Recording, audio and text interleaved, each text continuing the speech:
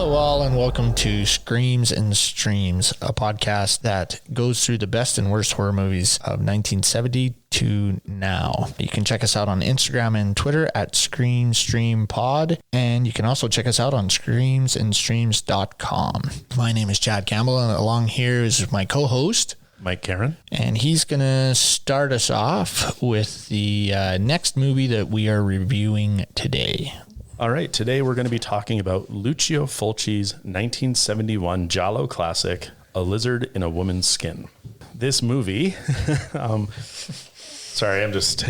like, how do you summarize? There is a lot and not a lot in this movie, but essentially what this movie comes down to is a woman, Carol, has dreams about her neighbor, this woman, Julia. One night, she dreams that she murders Julia. And then the next day finds out that Julia actually has been murdered in the same manner that was in Carol's dream. And from there, the movie goes on to become, I guess, less of a horror and more of a detective thriller investigation where people who are not the police, including Carol herself, investigate and look into what happened to Julia, what is the truth behind the crime, while Carol deals with this sense of crumbling sanity while she deals with what really happened and what's going on and what's going on with the people around her, because the characters around her start acting weird as the movie goes on. And as all of this is happening, she's chased by a couple of hippies through various locations.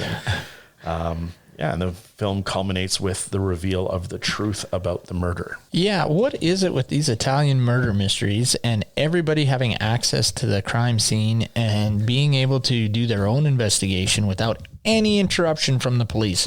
I don't get it. They did it in the last movie we reviewed, the bird with the crystal plumage, and now they're doing it in this one. So, yeah, I don't get it. Maybe there's something about Italian police that we don't know. They just let it all let her buck. It's a subversive critique of the Italian police department. They're lazy and someone else needs to step up. Just on the topic of the movie that we did previously, we did do 1970s Bird with the Crystal Plumage, which is another film in the long represented Giallo genre that came out of Italy. For our listeners that didn't get a chance to check out that episode, what Giallo is essentially is a subgenre where it developed from pulp novels or pulp fiction pieces from Italy in the 1950s, and they always had a yellow cover, and so that's where Giallo in Italian is, or Giallo is yellow in Italian, and that's where that name comes from. And in the 1970s, there was sort of a renaissance of that genre in film, and Bird of the Crystal Plumage was really the first to pull a lot of the motifs of stylized violence and gore and the femme fatale and darkness and the hidden killer. And so Lizard in a Woman's Skin is just the second movie that we're doing, considered the best, and it is the second Giallo that we're doing. Yeah, apparently 100% on Rotten Tomatoes.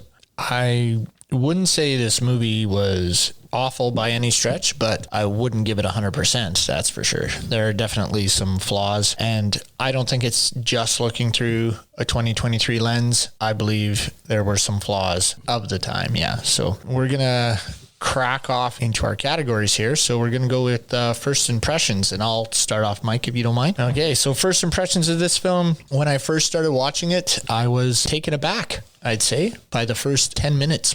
The first 10 minutes plays like a softcore porno. Carol, the character in the film, is running down a train hallway, and all these people are there, and then all of a sudden it cuts and they're all naked and they're all covered in baby powder. Yeah, and it's just, very, very strange, falling all over each other, laughing, having this weird kind of orgy scene. And then it cuts to her and her neighbor, who we find out is her neighbor, in a kind of a lesbian sex scene kind of scene. And then she wakes up. Then it opens to her in her bed having a sex dream, basically, and we get this wide shot of her in bed, and then the movie starts. So that kind of took me back. I watched the dubbed version, the English dubbed version, so it's really hard to critique the acting when you're watching a dubbed film. Well, that'll lead to some interesting conversations, because there's very different plot points in the Italian dub. Then we'll talk about that later. So yeah, overall, my first impression was, I just got taken aback. I did enjoy the film for the most part.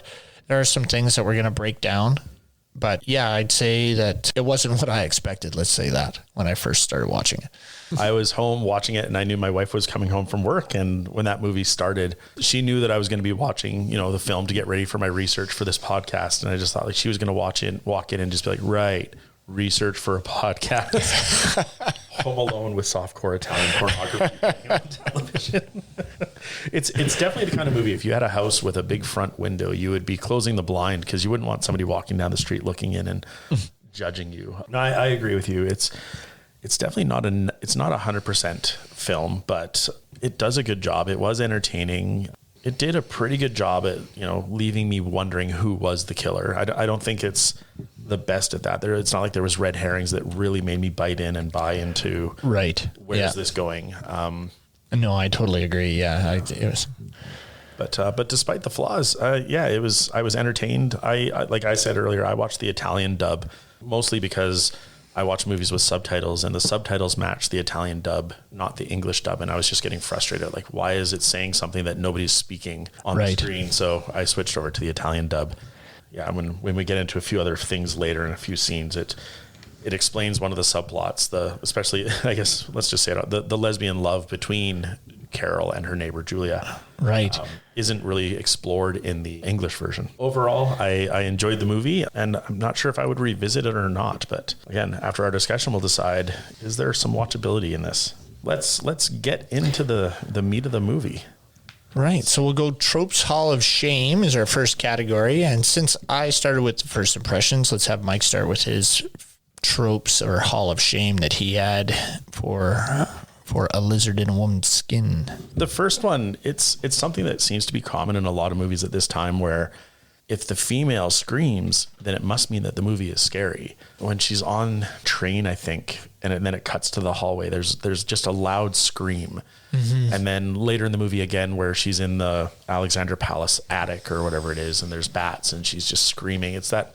Oh my God, that scene drove me nuts. Yeah. It's just too much. And I almost feel like I almost judge a movie right off the bat where it's like, if you have to have a character scream that loud or you overdub a scream as you go into your titles, it's like a laugh track, like, oh, you must be scared because we had a scream. So that trope really, that took me out. And the other one you've already talked about with, what is it with Italian cinema and you're not the police, but we'll investigate. When there's the murder scene in the apartment next door, Carol's husband goes next door and he's like, sorry, you can't come in here. It's like, I'm her neighbor. Oh, well, then if you want to see the body, please come this way. That's right.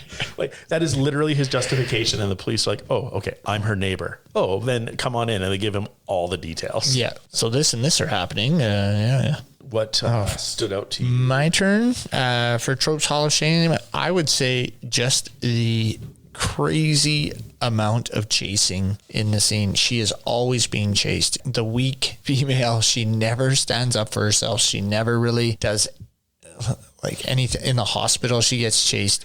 She gets chased to the roof of the train station. She's chased through the train. In the beginning, she's always being chased in this film. Yeah, even in her dreams, she's chased through the courtyard by the shadow of the swan. And I don't know, it must speak to her character because she's just being chased throughout the whole thing. But the chasing and the screaming and the constant that just drove me nuts. I was just, I've had enough. Like, stand up for yourself. There's one guy. Like, you're being chased by one thin red-haired dude. Yes. Like, let's and then try something else here. She's chased by one guy, and then she's in a field with a bunch of other patients when she's finally in the sanitarium later on, and she runs away from all the people. That one drove me nuts because I had a note about that one, which was, where are the doctors? Where are the police? At this point in the film, she's under investigation for murder. So she's been put into this insane asylum because they think she might be schizophrenic or she may have done this murder inadvertently. However, so she's in there, but nobody's watching her. She's just out in the courtyard. This guy just shows up and chases her. And then she runs away from everyone and is being chased for a long time. Which, I mean, is every horror movie. Why did you go back into the house? Why did you go back upstairs? Why did you run away from the police station? Right? Fair enough. But usually there's some payoff, right? In any horror movie, when you're being chased for a certain amount of time, usually you get some kind of, either the killer gets you or you get away or you get some kind of like wrap up for that scene. In this one, there didn't seem to be really anything. She's just constantly, she wakes up. She's always getting knocked out. She wakes up and then she's being chased. This is pretty much the film. Yeah. It's like watching a Rocky IV montage. It's just... Make it a drinking game. Every time she's chased, take a shot. Oh man, you'll be shooting forever. Because they're long scenes. I don't know if you need to continuously drink. Yeah, I thought maybe depending on the length, you have to do so many shots within that for every minute of chase. And then the other trope, again, this is another movie where it's a redhead. It's a redhead who is evil. That's right. They have no soul. Sorry, I'm not. Well, that's just it. Like we had, South Park with, the kick a ginger day, and there was all that. And we sort of moved past that. But, I always wondered, where did this start? And apparently it was 1970s horror films.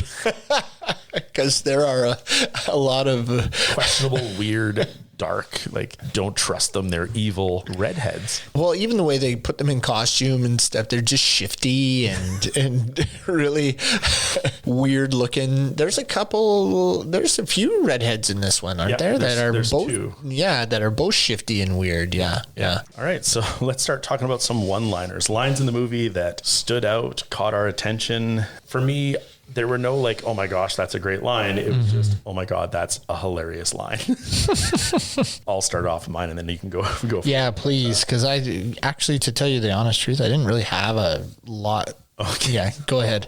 There was a few. There's a dinner party in the beginning of the film where Carol and her family is trying to have a nice quiet dinner in the almost bacchanalia next door with nudity and drugs and like just a typical swinging London party, I guess. Not that I've ever had a chance to go, but is disrupting them. And the one woman's like, well, the music is good, Deborah, and they're tapping their feet. So they've established that the neighbor is noisy, disruptive, a different lifestyle. And then cut to a little bit later in the film where we find out that Julia Durer has been killed, and Carol's father says, that noisy bitch. You're right. I totally forgot about it. That's of all the ways to respond to finding out that this woman's died, like that is the line that stood stayed in. Oh wow, that is awesome. Yeah, you're good. Yeah. Have you found one yet, or you want? I've got a couple more. No, I think the biggest one was here it is. So in this scene, they're talking to the two hippies, which I also like that reference a lot. They call these guys that go to these parties hippies all the time, and they're saying, hey, do you remember when you went to this party or this to the house, and they said, no, we don't. We were filled with acid from our head to our toes.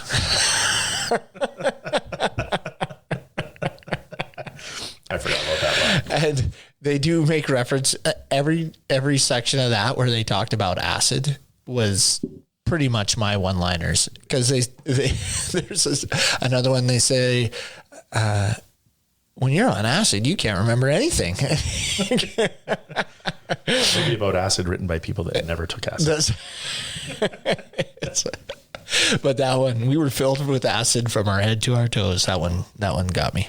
And the hippies are like, the way they're portrayed is hilarious. Well, we can talk later about the way they're portrayed in Her Dream, but even when Joan goes to talk to them, when they've tracked them through London and they go into that like palatial building in the middle of nowhere, right. But it's like, they're not hippies. They look like homeless drug users. Oh yeah, no. Dirt all over the floor. They're just like looking for their next fix. And it's like, this is the hippie culture. The only thing that makes them, I guess, hippie-esque was the fact that they had bell bottoms on. Yeah. That's it. And slightly long hair. Yeah. And she was an artist, and I don't know what he did. Yeah, I don't know. But yeah.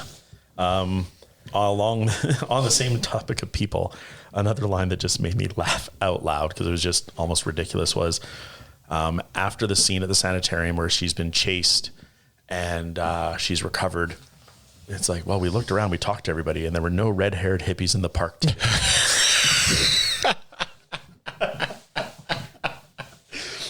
It just led me to walking around like, did you see a red-haired hippie? Did you see? How do you question these people?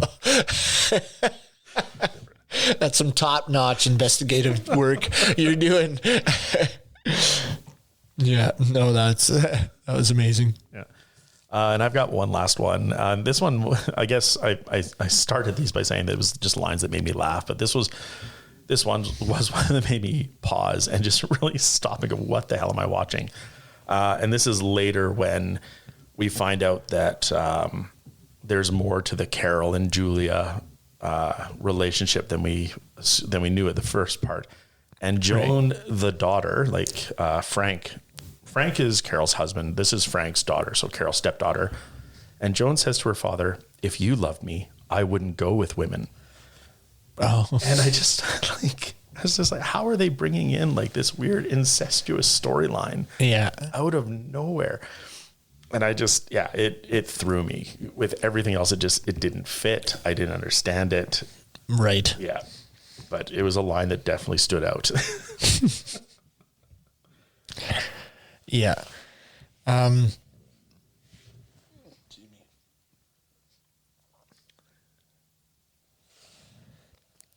Yeah, no, I didn't get that either. And one of the things that was really weird is that, so Carol and the husband and the stepdaughter, but Deborah was living there as well. Or there a lot. There a lot. It seemed like she was living there because she was always around. And Deborah is the mistress of Frank, which is Carol's husband, which we find out later on in the film.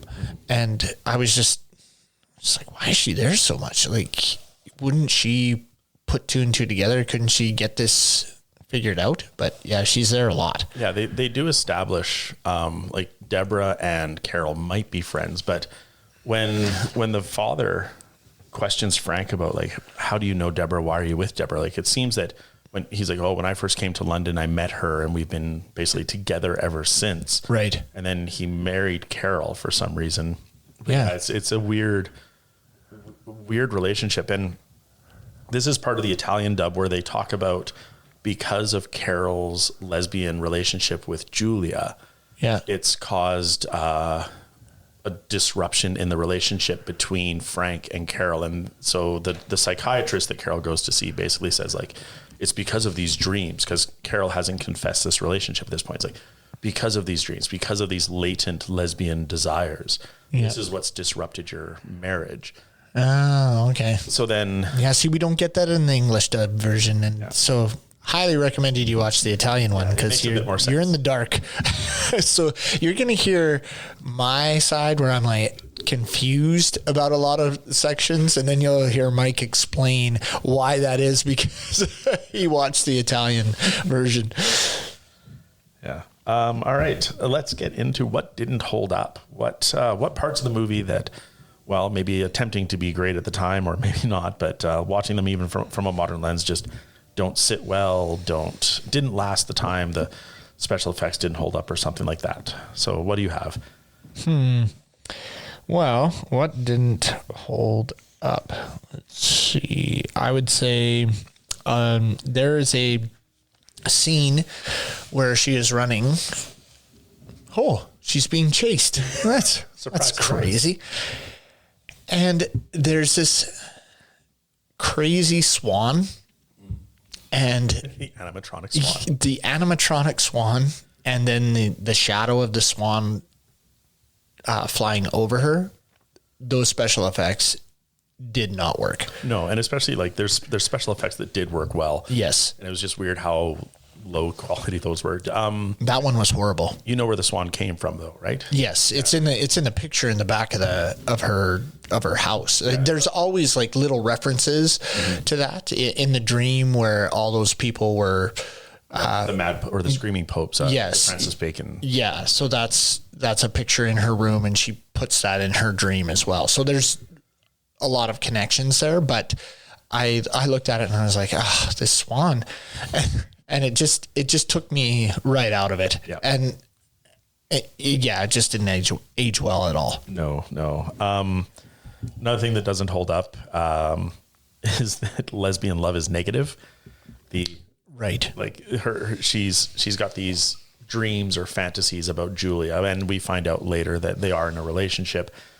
But the psychiatrist that she's seeing basically says, like, you know, these are unnatural desires, and this is what's causing your strife. And like this, yeah. So right off the bat, it's like, oh, that's a bad message. Mm-hmm. So the therapist, I think a lot of the therapist stuff didn't really hold up because it was old thinking, right? And then one of the things that I put here, I love the therapist rhyming session, because at the beginning it's like, the corridor flat next door, you've dreamt about it before.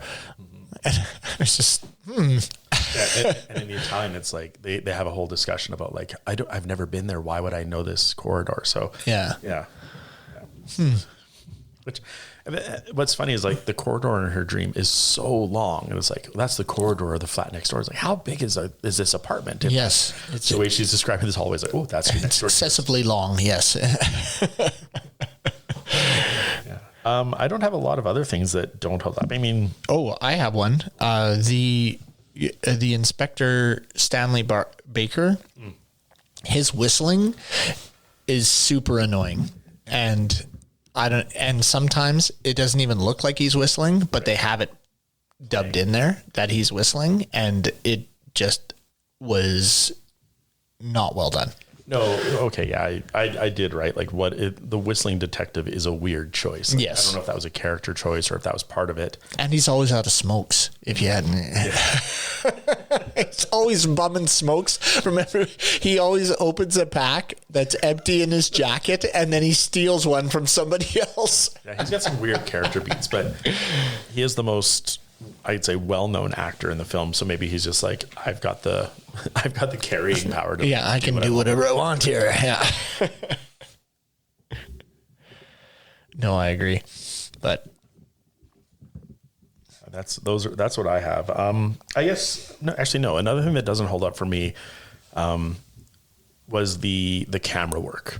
Oh, yeah, fair enough. Yes. Edits and shots. I'll jump in on that too. Yeah. There were some things about the camera work that I did love, and there were some things about the way they set up the scene that I really liked. But then there's other things that was just like, there's an entire dinner table scene or breakfast table scene. I can't remember which, but it's after Julia's been killed, but Carol doesn't know yet. And she's suspicious of why everyone's acting weird. But it's like they're shooting on the longest lens and have the shakiest of hands. Like the camera's just not steady. It's tracking left and right. Things are coming in and out of frame. And if it was intentional, I don't know how to read it. And I don't know why they wouldn't have used a tripod with wheels to track. It may have, if I'm just spitballing, it may have symbolized her confusion as to why everything was going on but then when we get the reveal at the end, it doesn't make sense. No. Right. So I guess maybe to put the audience in that confusion, but I'm giving them the benefit of the doubt here, because when I watched it first, I thought that was annoying. Yeah. And I think it's because it was so excessive. I think had it been a bit more subtle or only in certain points of view, maybe it would have made more sense, but it was like they shot it with one camera.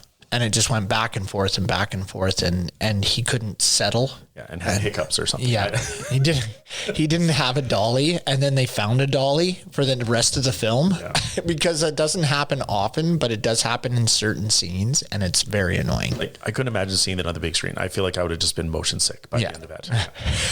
And then not only that, but it's over stylized in its edits. Like there's a lot of like zoom in, zoom out, smash cuts, hard fades, and like those flash cuts in the bat.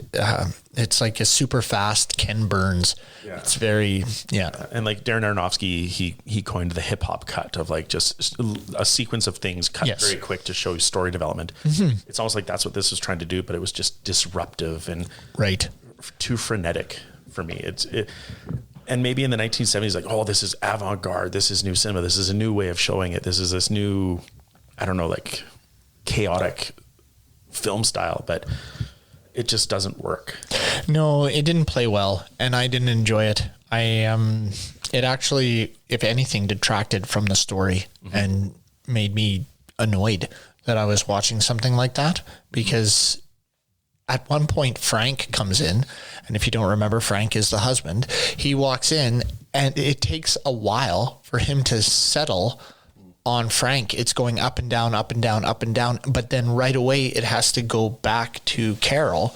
So he pans very quickly over to Carol. But during the pan, you see it's a long pan. Yeah. Like it takes a long time to get back to her, and it hits all the extra stuff in the scene and then focuses on her, and then it pans back to Frank. It's going back and forth. It's just very distracting and annoying. Yeah, and I mean, again, if we're going to start to like try to overanalyze film and story, it could be to show the separation of the two, right? We're going to film them in one shot, but we're going to establish there's a distance. But again, the technique detracts from the immersion of the film. Yeah, but I think if you're going to show the distance, I think why not do a wide angle shot where you're just pulled back and you can see Frank at one end and Carol at the other end. And then you switch back and forth from that to, a medium close. But for me, I don't know, just poor technique. Sorry. Yeah. No, fair enough. And especially because there are other scenes that are well framed. There are other scenes that are well. Exactly. And that's why I say it's like they found a dolly later and were able to use it. And then they figured out what shots they wanted to do. I don't know if those weren't storyboarded and the new camera guy didn't know what to do, but it just didn't seem like it was done well. Yeah, I agree. I don't have much else for not holding up. No, I think we are safe to move on to gratuitous scenes. There are plenty. I think we've already talked about, the first 10 minutes of the film or 5 minutes of the film being gratuitous. Yes. What's interesting is like those first 10 minutes or the first few minutes, there's quite a few number of cuts in the American, UK, and Spanish releases. In the scene in Carol's dream where she and Julia are in bed together, we know that Julia does have underwear on, but Carol doesn't. But then there's oral sex that's implied, and the censors wouldn't allow that in a lot of countries because it's never really been depicted on screen before. Right. Yeah. So like the gratuitousness of that, where it's just like Giallo is known for its over stylized, over sexualized parts. So it's like Fulci's just like, all right, let's have fun. Let's let her go. Yeah. There's a scene where Frank and Deborah get together. You see them talking, and then they get wrapped in the throes of passion. And then as that's happening, someone's taking pictures of them as they're doing it. But I would say the gratuitousness of that is the kissing was excessively wild. Like just full on open mouth. He was inhaling her face. Yes. It was crazy. I was like two 13-year-olds that had never kissed before, and they're finally in like a parent's basement, and the parents have gone out. Right? We're just gonna go at this. I saw this in a movie once. I think this is how it happens. Yeah, there's that. Also gratuitousness with the chasing. There was so many chasing scenes in this. In her dream, in real life, it just was a non-stop chasing scene movie. Yep. Just seemed like it. Gratuitous for me, maybe not gratuitous. Like I don't mean this in a negative sense. Like gratuitous just mean like over the top, the gore. Right. When in the murder scene and when Carol's dreaming of murdering Julia, the prosthetic chest was extremely lifelike. Like, whoever did that prop did a great job. Yeah, fair enough. Yeah. And the paint was red, or the blood was red paint, but the knife wounds and like just the violence of the stabbing, So would that be gratuitous, or would that be stood the test of time? Like, are you verging on to our next category here? There, I guess I'm doing a bit of both. But that's okay. Yeah, whatever. It just, I guess it was because not that the rest of the movie was subtle. I mean, the party next door was over the top to show that it's like a swinging. Oh, lifestyle. most definitely. Yeah, Right? the music was loud and annoying, and everybody was crazy. Yeah, it was two camera angles away from like the orgy scene in Caligula, essentially. Right. Like yeah. It no, fair enough. Similar. Yeah. I almost feel like, could we do a shot for shot comparison? Be interesting to watch them side by side, right? If you could do a side by side and just. Could I justify that to my wife? No, I'm watching both of these orgies. This is what's happening. This is research for the podcast. Multiple orgy scenes at the same time. Close the door. I'm researching. So, but I guess the gore kind of came out of nowhere in those scenes, and I'm not complaining about it. So I guess let's scoop into or slide into. But wait, before you do that, to double up on that with the gore. The scene where she is being chased in the hospital and she opens that room and all those dogs, coyotes, whatever they were, are being the vivisection of the dog. Yes. Yeah. Like that, and which really went nowhere after that. Like they showed that and it ended. And she woke up because she fainted because of the gore. She wakes up and then the doctor says, "Sorry, you had to see that. The door shouldn't have been left open. We'll talk to someone." Yeah. And then he says, "But maybe you shouldn't be so curious." It's your fault. And a mental health hospital having like 3 or 4 vivisected dogs strung up, and it was actually disturbing even to see, even though you could tell they were puppets, but at the time, it still looked very disturbing, and they had the audio going in the background too, and actually that was probably for me one of the most disturbing scenes in the film. Oh, for sure. I was just, whoa, what is this? And the fact that they never brought it back or described what was going on, you're just left with this image. I was really taken aback by it. Yeah, and even I watching it by myself, I was just like, whoa, I know, right? Yeah, I know. I did the same thing. Especially rewatching that scene, you can see the pulse of the heart and the blood moving. I know, and it's just the blood is just leaking through. Man, yeah, it is a very disturbing scene, even by today's standards. So stood the test of time. I guess we verge on both of those. That one, yeah, I think they both do the blood was fake in the stabbing scene, but the prop chest looked very realistic. You get a close up and there's you can see pores in it. Yeah. And those dogs, yeah, you can tell the puppetry is fake, but and then you see the animatronic swan. It's that animatronic swan is so terrible. How did they get these dogs? Yeah. That looked so good. Yeah. And I guess this is going into the bonus features, but I guess some people were so disturbed by that he actually got charged for animal cruelty because they thought he was using real dogs in that scene. Yeah, and the props artist had to recreate the scene in court to prove that it wasn't real. Yeah. Yeah. And that was the only thing that saved him. Wow. Yeah. That's crazy. Mm-hmm. So yeah, stood the test of time. Obviously the dog scene, and the, what was the other scene? Sorry. The dog scene and the chest stabbing scene. Yeah. The chest stabbing scene. Yeah. Those are the two that stood the test of time. Yeah. That was really very graphic. Yeah. Mm-hmm. So yeah. Well done special effects wise, still very disturbing by today. So yeah. All right. I don't have I don't really have anything else. No, I think for me, those two were pretty much it. I would say if you want to go back to anything that didn't hold up, it would be that, those bats in the animatronic. Those things looked horrible, and the audio in that was so loud. I don't care. Maybe you get that loud with that many bats, but it was so aggressively loud. And it just kept going. Forever. And she's screaming on top of the bats, and the bats are getting stuck in her hair, and she's pulling them off one by one. It was that one. I didn't think it held up very well at all. But yeah. Actually, 2 other things. I didn't know where to put these because I don't know if it's that they didn't hold up.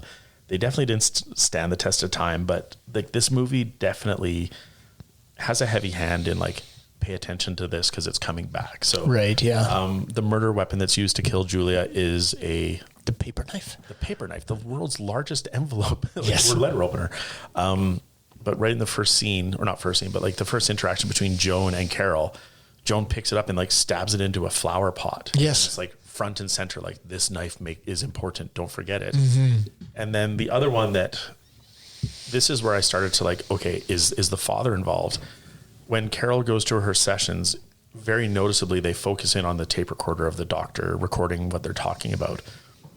And then the first time we see the father's office, when him and Frank are talking, right over the father's shoulder is the exact same tape recorder. Right. And so right there, I'm the father's listening to her sessions.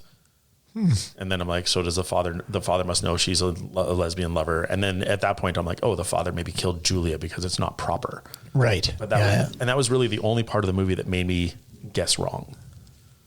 So I didn't know, I don't think it stands the test of time, but I don't think it didn't not hold up. It was just, these two things where it's like, oh, okay. Like I really noticed those props and it really sort of, Yeah. Well, one of the things that there was they said it was the paper knife that killed her, but then when they showed the weapon in the room, it looked like an ice pick, right? So that kind of threw me. They said, "Oh, she was killed with the paper knife," and then they showed it, and I was like, "That's not a paper. That's not the paper knife they showed that got stabbed into the flower pot before." Right. Yeah. Right. So, anyways, that kind of threw me for a loop, I guess. All right. So let's look at our back it up scenes that so good you want to rewatch them, well shot, well acted, or there was something that like I want to see that again. Was there a back it up moment for you? I don't think I found one. For me, there wasn't a lot. Like I enjoyed the movie, but there wasn't like, oh, I want to see that again. There was just a couple of like, there was a couple of framing moments that I wouldn't say I would watch the entire scene again because of them. But, at one point, Carol, Deborah, Frank, and Carol's father are all in the same room. And Deborah's off screen or off camera right. Or Deborah is, sorry. And then Carol's sitting on the right side of the frame. The father's on the left side of the frame. And Frank is just front and center frame, like very tight shot, just basically chin to top of head. And everything is in focus. Right. And again, we talk about that using the camera to show division or sort of place of relationship, right? Carol and her father are on that same focal level, and so Frank is kind of removed, but maybe domineering, or he's this presence over them in this house. I don't know. It was set up so well, or maybe so poorly, I don't know, depending on the viewer, but it was a noticeable moment. Again, the scene itself wasn't great, but it was just this, and it was a silent moment too. It was just like they set it up, they held the camera for about 3 seconds, right, and then engaged in the scene and the conversation. I liked that, but I wouldn't say it was like, yeah, that whole scene was good. It's and then the only other one was the morning after Julia's death when Carol doesn't know. We find out that a neighbor had called to say, oh, she's been strangled. Right. But she calls back to say, no, I was wrong. She was stabbed. And it's Carol on the phone. And while Carol stands on the phone in a separate room, they're separated by a wall with a doorway from the dining room where everyone's eating breakfast. And the family all stands up, or Frank, Joan, and Deborah stand up. And Frank stands in the doorway, Joan stands at the table, and Deborah stands on the other side, but they're all framed by this doorway. Right. Again, separate from Carol. So there was moments like that where I was like, oh, that was a really well done shot, very well choreographed and blocked. Right. But I think that they're my back it up moments only because compared to the frenetic shots and the weird camera movement, those two stood out as like thought went into this compared to other moments of the film. Right. Yeah. No, see, I didn't really have any of those moments where I thought, hey, I'd like to see this again, or I'd like to back it up and review this spot. The only one that I thought was really cool was at the end when they're explaining all the things. There's a shot that we don't see when it happens, but when the detective is revealing everything that happened, we see it, and it's Carol and who's the other guy on the side, and her dad comes in through that door. Oh yeah, and he's got his pipe and his white turtleneck on. It's Carol, the dad, and then is it Frank? I think Frank. Yeah. So it creates this really perfect triangle of. In that scene, and the way it's framed, I wouldn't say that what was happening in the scene was particularly interesting, but I think the way it looked was interesting. So when I saw that at the end, that, I guess if we're launching off of camera work and stuff like that, that would be the only one that I would look at it just for framing. And then if I was to show it to students or anything like that, I'd be, look at this and how it was blocked. But that was the only one that really stood out for me. Otherwise, as far as acting and stuff, I just, or scenes that I really enjoyed, I would never play that dog scene again. I would never play the opening scene. Really, nothing really grabbed me except for that. I looked at it and I was like, that looked pretty good. What about the interrogation of the Irish confessor? So about 3/4 of the way through the movie, they're like, "We've got him. He confessed," and they go and they're interviewing this Irish guy, horrible Irish accent. Oh my Lord, it was the worst Irish accent I've ever heard. But a wonderful shock of red hair. Yes. So again, it's the red hair, and he's clearly off his rocker and talking about how, I killed her and I used the dagger and he's getting the details wrong. So as an audience and the people in the room, we know that he's not the killer and he's just looking for the fame. But then he pulls out a test tube full of viscera. And he's like, these are guts. I kept your guts. I'll eat these. It was just weird. But there was like a good tension in that scene. Right. Yeah. And I did like, the police officer that brought in that Irish guy is like, haha, we got him. And the whistling detective turns and it's like, it's back to animal welfare for you. Yeah. And just the power he holds in that moment. Well, and the lights, when they were interrogating him with the lights and they're spinning him around and doing all that was pretty interesting. Just old school bad cop. Yeah. There's no good cop, just bad cop stuff. There's like 4 interrogators in there. Tell us what happened. So that scene, I guess that's the rewatchable. Yeah, there you go. Okay. As we talked, I discovered one. There we go. Yeah, that was the back it up. That was the back it up. Yeah. Wait. Yeah, I guess that was the back it up. Yeah, that would be a good one. All right, so now we're coming to the end here, so we're going to go on bonus features. Mike, what did you have for bonus features there? I was looking at moviesanddrinks.com and just with the Giallo genre. That's fun to say. I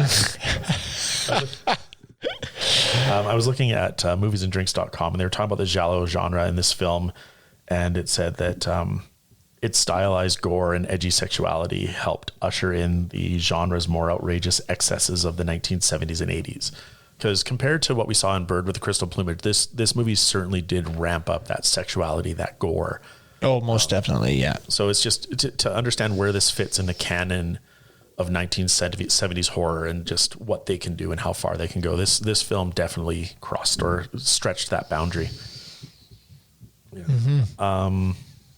We have a score, and I say again, Bird with the Crystal Plumage was scored by Ennio Morricone, The Good, the Bad, and the Ugly, and other great films. But I would say I didn't really notice the score in this film for such a big name, and he's in the prime of his composing. The music didn't leap out to me in any way. I noticed it in the party scene.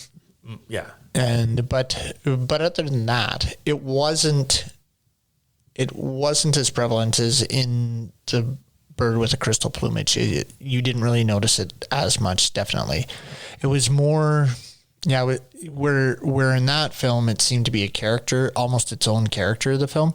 In this one, it just seemed to take a back seat to everything. Yeah.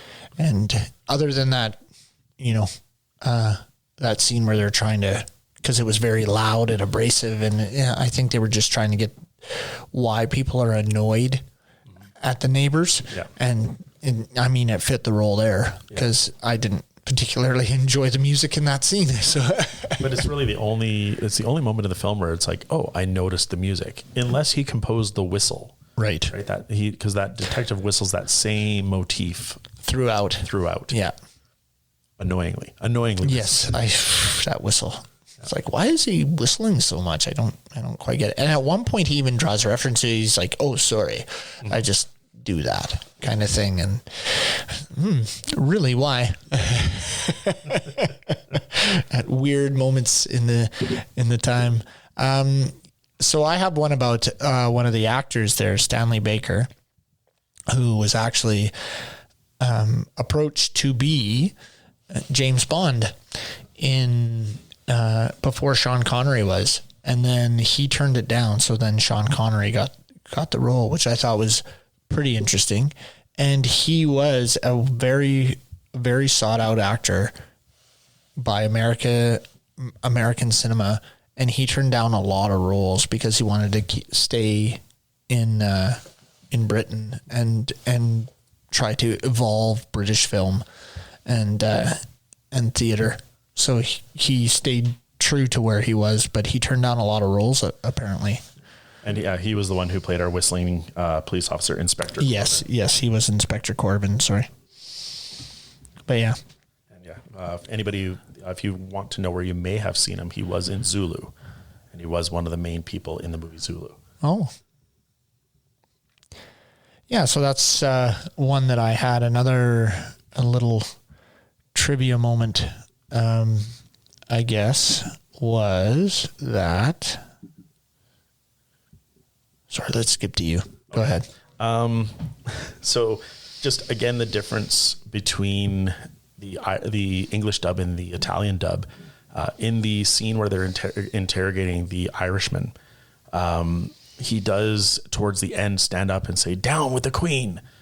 And he's like anti-monarchy, which is interesting because historically that's almost really close to the beginning of a lot of the tensions in the Down with the Queen at that point.